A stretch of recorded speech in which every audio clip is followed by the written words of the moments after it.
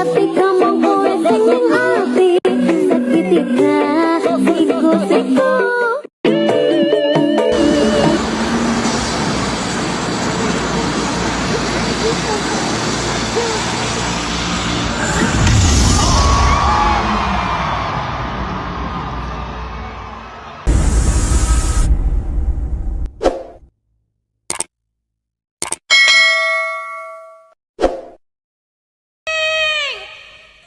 Mbak Marwan iki dadi nggih. Dadi.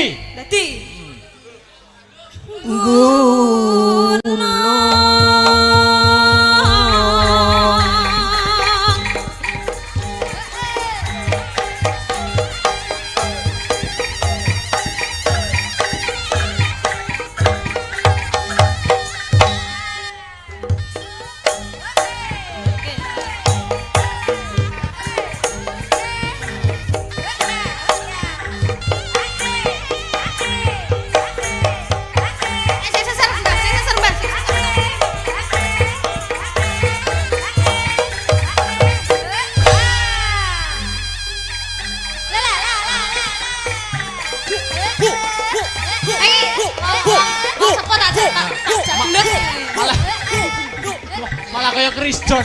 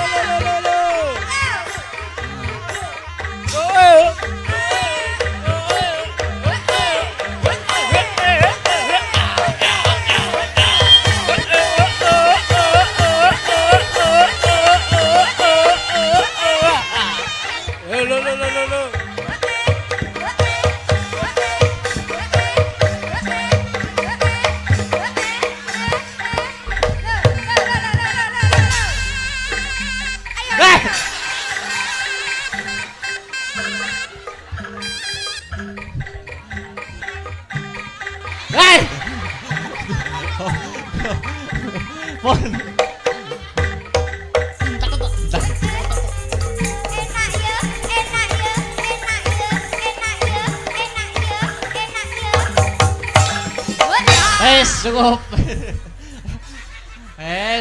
Alhamdulillah. Wis, wis. Oh. Nah, dadi Mbah.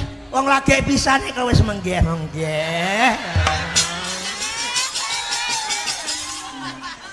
Lho. Mboten obat, Mbah. Lang dalang. Semaput, areke semaput. Dadi. Yo. Coba ditangleti. Syaratnya napa, Mbah? Nak. Sapa? Nikan umurmu piro, Nak? Nak. Sabar, Nak. Umurmu piro? Asalmu saka ndi? Jenengku Miran. Miranda Gultom. Coba ditangleti, Mbah. Napa syaratnya ben waras melih? Ben marasne syaratnya apa, Nak?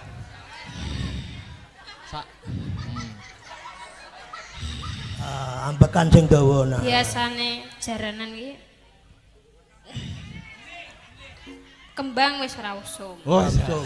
Usume menyan ya wis ra usum. Saiki demit iki usume bayar utang. Bayar utang. Jadi lek wis ngono ceritane, aku ora njaluk apa-apa. Njaluke gambar abang. Sitok ya. Nak ya. Mbahku ora kagungan sitok ya, Nak ya. Sembarang. Sik tak jukukno dompetku. Dompetku ya mek sitok tok ya, Nak. Sitok ning ndi?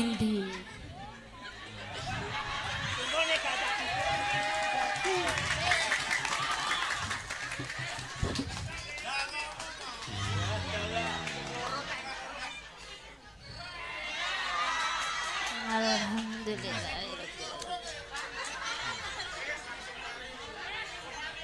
Langsung mari.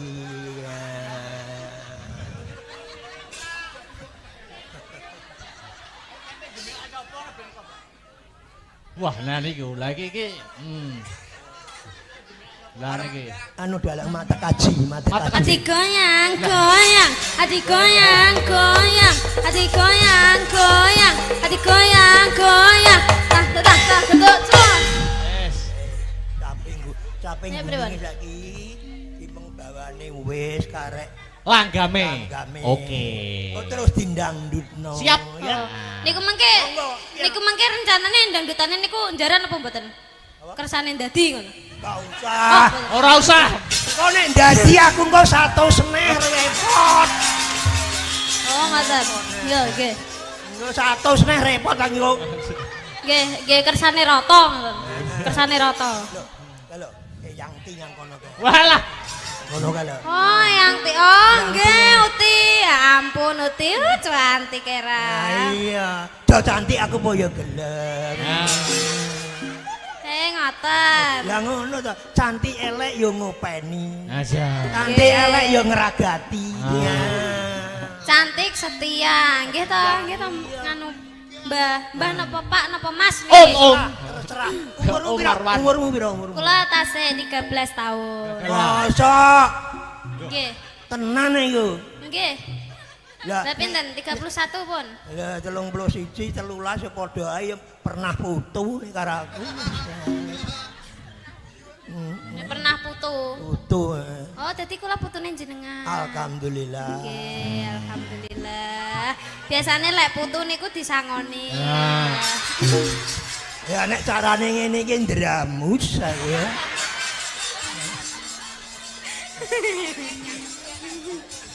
Yo, Nggih, langgame. ngerti. Yo, langgame yo. Nggih. Nah, langgam yuk, buka celuk mau langsung. Langsung langgam niki. Lah Urung bar to? dereng bar niki. Ora krung rasa aku. Nggih, lah niki tasih dadi malih. Wes ya. Mah.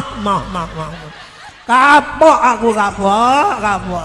Loh, ampun kapok, nyangoni putune niku malah entuk Ganjaran. panggilan. Ngono to.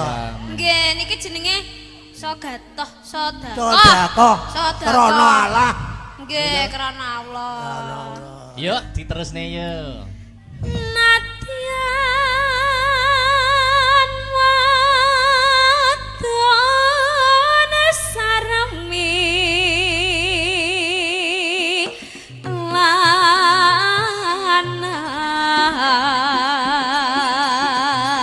lanang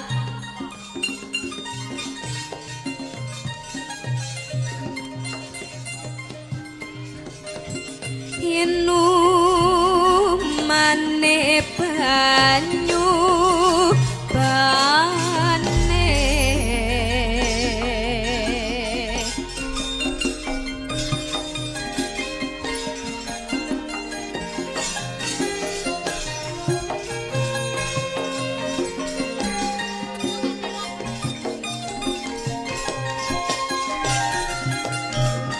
Kalem-kalem bayon, Nduk.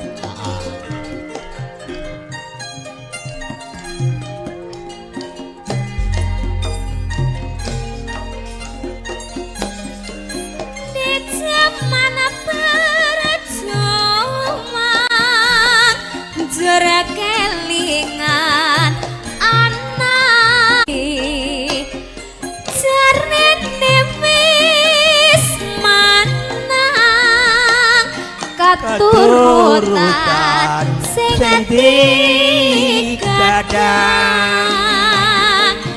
biyen ninggal janji ning saiki apa lali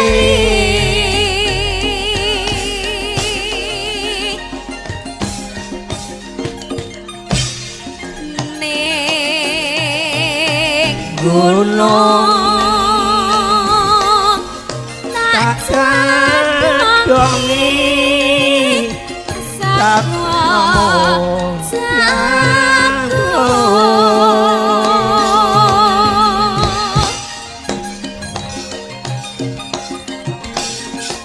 yen mendung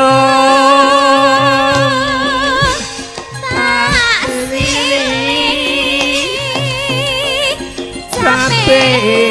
samping gunung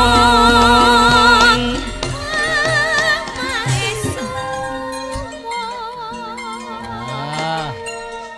Ja. bisa nyawang gunung desa dadi Dangdutnya Mas Aryo. dene ora hilang dene padha lara lopo asta brata ayo mbak joget mbak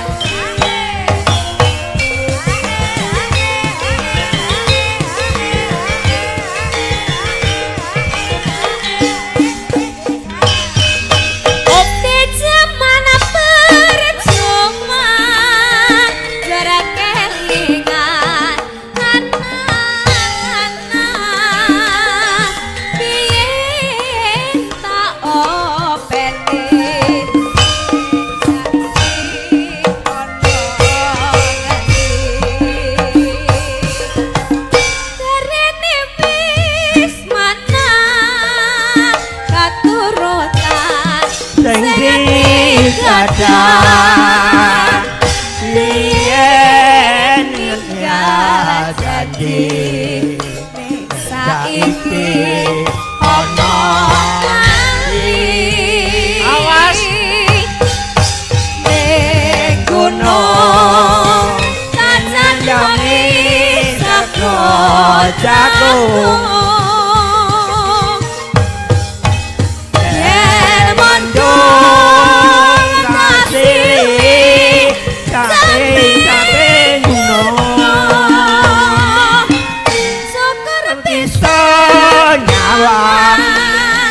gunung desa dadi raja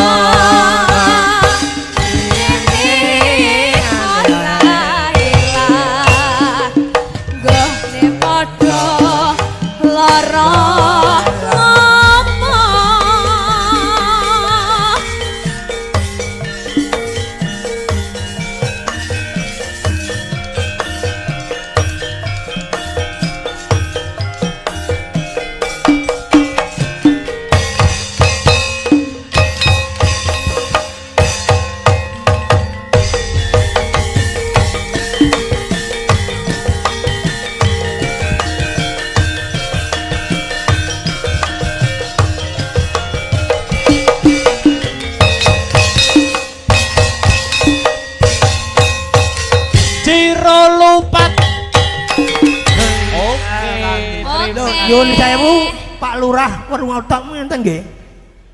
Bapak Lurah Werngotok. Oh, Pak Lurah mboten wonten kula aturi minggah Pak Lurah. Mboten napa-napa. Mboten napa-napa nggih. Nggih, matur nuwun Mbak Marwan. Nggih, sami-sami wadalah. Weh, Dek anak-anakku kowe ya meri njaluk sawan ya. Oh iya no. Bapak Dalang Pripun? diempet riyen nggih. Oh iya. Anak-anak. Iya. Angel mentok. Bapak, khusus ibuke niki minta jauh. Wes. Pripun?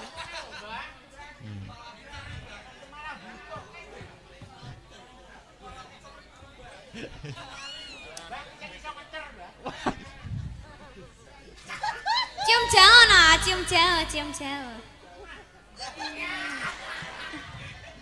Uti ampun marah nggih. Loh, Sandale Mbah, hati-hati Mbah. Ayo. Oh, sendale ket. Loh, mboten sepedalane, Pak. Oh, nggih, monggo. Kula terken apa pripun? Oh, nggih, sehat-sehat nggih, Bapak. Nggih, nyuwun pangestune. Atos-atos, Pak. Nggih, alon, Pak, alon. Mas aja mbok sekei spotan digoyang-goyang kok wonge mandek kon dalan, Mas. Iya. Nah, Wes ya. Atos-atos Mbah. nggih, kalem mawon, kalem malem nggih, kalem. Nggih, Pak, Mas, Mas. Ya Allah. Aku lek musa wong apa jenenge wong tuwek ki. Luar biasa semangate Mbah Marwan dik niken. Wah, luar biasa. Tasik gembira ria tasik. Luar biasa. Aku Hebat tak sekali. selingi maca surat ya, Dik. Nggih, monggo Mas. Iki sugeng dalu Pak Dalang niki saking Bu Warsi. Wajah. Nyuwun gending setunggal podang kuning, 2 lali janjine, 3 rengu. Matur nuwun Pak Dalang. Nah, ada lagi iki. Nyuwun gending saking Bapak Muroto RT 7. Nyuwun podang kuning, tembang kangen, lali janjine. Nah. Niki pun jenengan milih sing pundi? Salah satu mengke tak kancani kok sinten Astabrata. Milih sing pundi? nggih. Apa? Aku ki jane ada unek-unek yang aku sampaikan, Mas. Wah, iki. Apakah unek-uneknya? Lagune ki kesenenganku lagune jane. Oh, Aku ki pengen nyanyi, Mas. Oh, iya, Kete no. ingin nganan-nganane iki Loh. aku pengen nyanyi. Nyanyi yo nyanyi no, wajibe sinden ki nyanyi kok. Nah, tapi aku pengennya duet. Duet apa? Duet ambek sampean.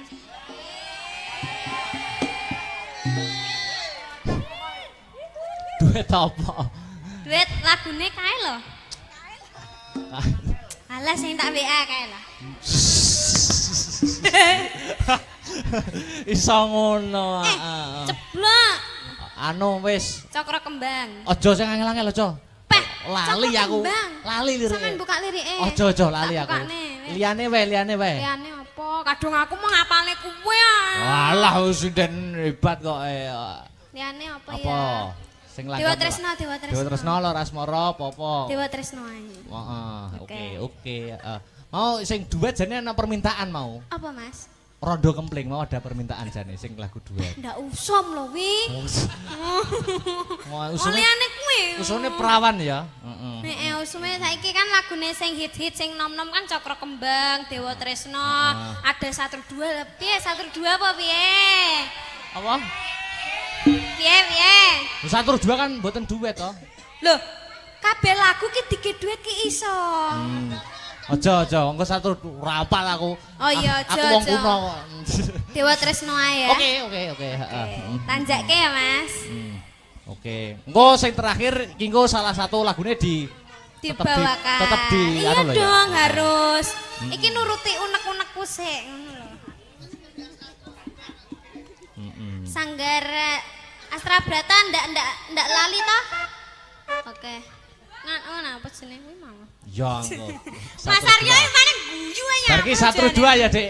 Oh iya, Barki barki 1 2 ya. Engko 1 2 engko tak pilih kanca-kancaku engko joget anek tari latare. Oh, oke. Ah. Lek iso jupin-ipin iki Mas. Ora. Mutar. Oh, Mas Bubuy. Iki wis ning atine terancam mesti ya. Wis ana sing terancam wis. Nyapa aku melok ki meng. Ayo Dewa Tresno. Monggo.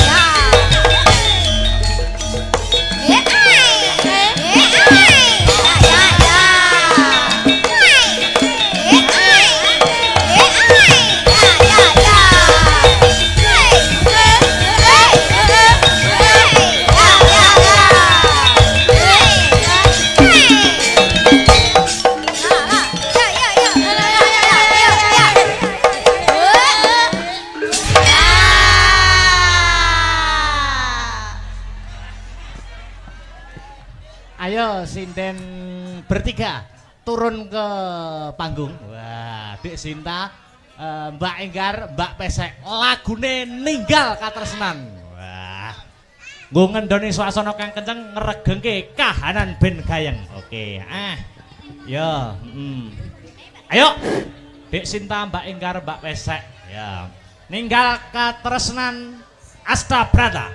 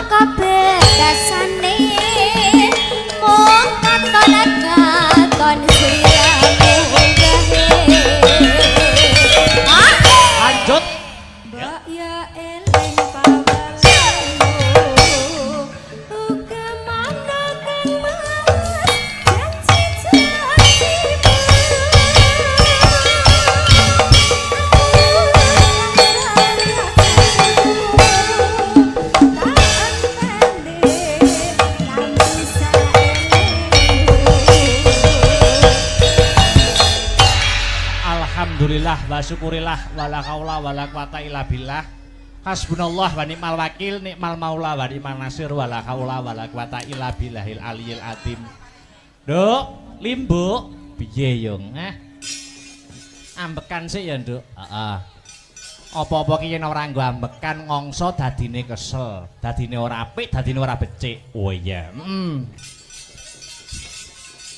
Ora lali sepisan ngucapke sujud syukur marang kersaning Gusti Allah Subhanahu wa taala, Tuhan yang Maha Esa yang Widiwasa ya, Nduk. Ngono ya, Mak. Margane merga wis maringi malimbar kenikmatan, katentreman, wujude kesehatan lahir kang sarta batin, Nduk. Muka tanpa nikmating pangeran. Awake dhewe ya kuwi kalawan warga ing dusun Babatan kang sarta paguyupane awake dhewe rombongan saka Astabrata iso kumpul bengi iki melekan tirakatan seneng-seneng bareng mapan ana kene. Wo ngono ya, Mak. Iya. Angka loro ora lali selawat sarta salam kunjuk marang Nabi panutan ya kuwi Nabi Muhammad sallallahu alaihi wasallam. Tumruning para sahabat sak garwa putra wayah khususnya Bagindo Hasan kelawan Husain. Amin amin ya rabbal alamin. Iki acarane apa? Piye?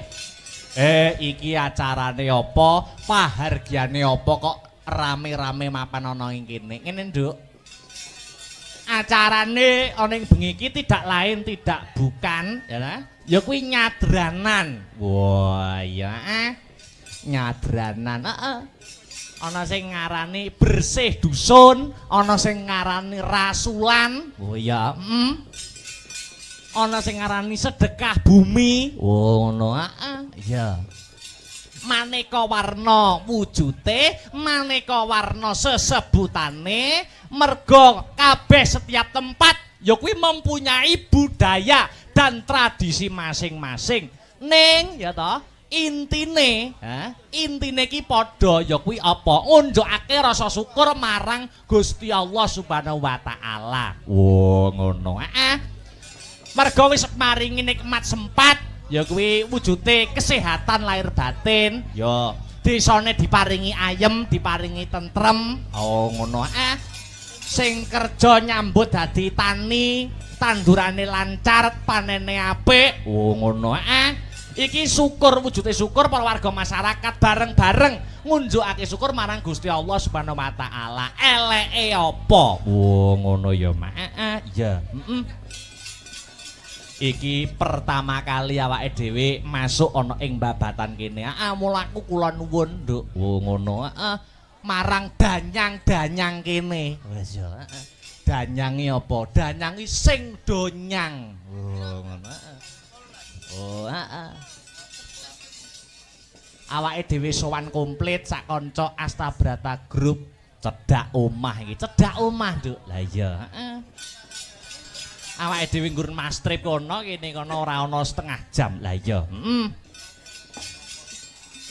Senadyan iki peraturan surat edaran tentang hiburan wayang kulit isih durung resmi tekse durung entuk izin sewengi iki engko isih setengah malam nenging awake dhewe ya patut bersyukur awake dhewe ya patut mengacungi jempol ya Mak. Bersyukur wajib Nduk ngacungi jempol marang warga masyarakat kang mapan ana ing Babatan kene ngono. Masalahe di tengah-tengah iki urung antuk keputusan izin ya tentang hiburan sing seperti sedia kala ning awake dhewe warga Babatan khususnya isih diparingi kesempatan nggo nglanjutke tradisi ya kuwi tradisi nyadranan. Oh ngono. Mergo tahun-tahun yang lalu ya kuwi terhalang penyakit pagebluk COVID-19 atau corona. Wah, ngono.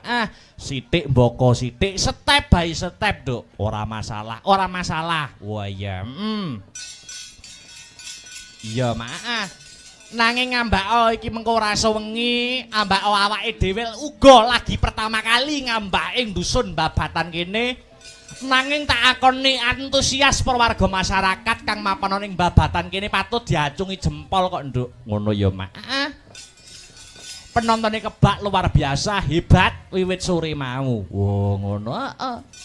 iki membuktikan membuktikan bahwa penonton khususnya ning babatan ki ora mung penonton hiburan, ora mung penonton wayang, ning uga pengamat wayang. Oh iya mak iya. Sanggite dirungokke, sabete digatekke. Heeh. Dadi apa-apa ki mangan, Nduk. Lah iya, muga-muga awake dhewe ana ing taun-taun ke depan iki tetep bisa nyambung tali silaturahmi, tali paseduluran karo para warga masyarakat kang mapan ana ing dusun babatan kene. Amin amin, Nduk. Amin ya rabbal alamin. Heeh. Wah, luar biasa. Matur nuwun dumateng para panitia sumrambahipun para warga kang mapan wonten ing babatan dene wis maringi kapitayan kepercayaan kanggo awake dhewe sakanca ketiban sampur gelar kelir gantung gong mapan ana ing kene. Oh ngono ya Mak.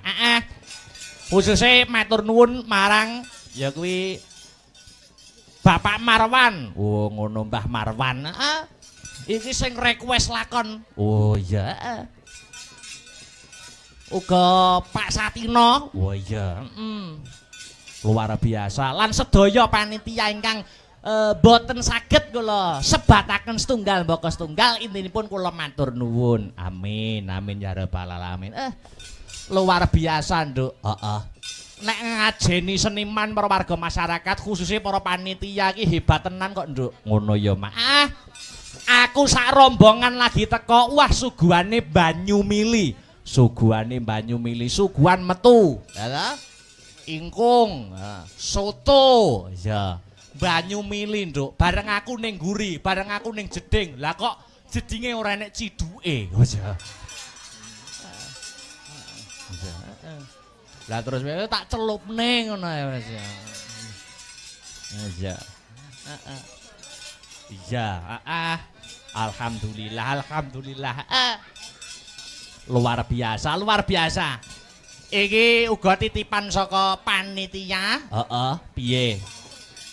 Iki mau ora ana sambutan, ora ana kata sepatah kata dua patah kata mergo menghemat waktu, mergo ora sengi. Ya, mula saka panitia aku mewakili, aku dikon ngandharake, aku dikon menggarisbawahi bahwa pagelaran malam hari ini panitia mengucapkan terima kasih kepada seluruh warga masyarakat kang mapan ana ing dusun babatan awet sengkut gumergut gotong royonge. Wo ngono urunan ya ta, perjo bareng ya, nglumpuk bareng. Oh iya, iya. Ya didongake ana ing acara kene nyadran kene didongakne ndrok nok anakku limbuk muga-muga bubar rampung acara nyadran ana ing babatan kene muga-muga babatan kene dadiya ya dusun sing badatun thayyibatun warapun ghafur ayem tentrem gemah ripah karta tata raharja murah sandang kelawan pangan adoh saka bencana alam para warga masyarakate pinaringan rejeki ingkang kathah melimpah tur kebak marang barokah Allahumma amin. Wah ya wah luar biasa. Iki bersih dusun nyadranan kang mapan ana ing babatan kene iki menggambarkan nasionalisme, nek ku ngarane siji nasionalisme, loro gotong royong. Kok iso biyung ngandhakake kaya ngono? Mergo apa? Mergo bersih dusune babatan ki bareng ya kuwi kang mapan ana ing bulan Juni iki bulane Bung Karno. Oh ngono. Dadi adanya bersih desa ki semangat nasionalisme. Wah ya beda agama ora aja nganti padu, beda panemu aja nganti satru. Wah iya, beda pilihan aja nganti gontok-gontokan. Iya Mak, iya ngestokake dawuhmu. Iki ngepasi bulan Juni bulane Bung Karno, ya toh? Dadi temane nasionalisme. Ana ing bersih desa kene, bersih dusun kene. Sadurunge ngunggahke sang bintang tamu, ngaturke sak tembang sing mares sing gumiak. Kanggo membangkitkan jiwa-jiwa nasionalisme, patriotisme. Apa kuwi 4 pilar. Wah iya. Pelok-pelok. Ya kuwi 4 pilar. Ya kuwi Pancasila, Bhinneka Tunggal Ika, NKRI karo Undang-Undang Dasar 1945 bukone buka bonang. Oh ya. Oh ya anggitane almarhum Maestro Pedalangan Ki Haji Mantep Sudarsono. Wah iya, empat pilar. Monggo dadoske kanggo membangkitkan rasa nasionalisme warga dusun Babatan. Monggo dados. Yo.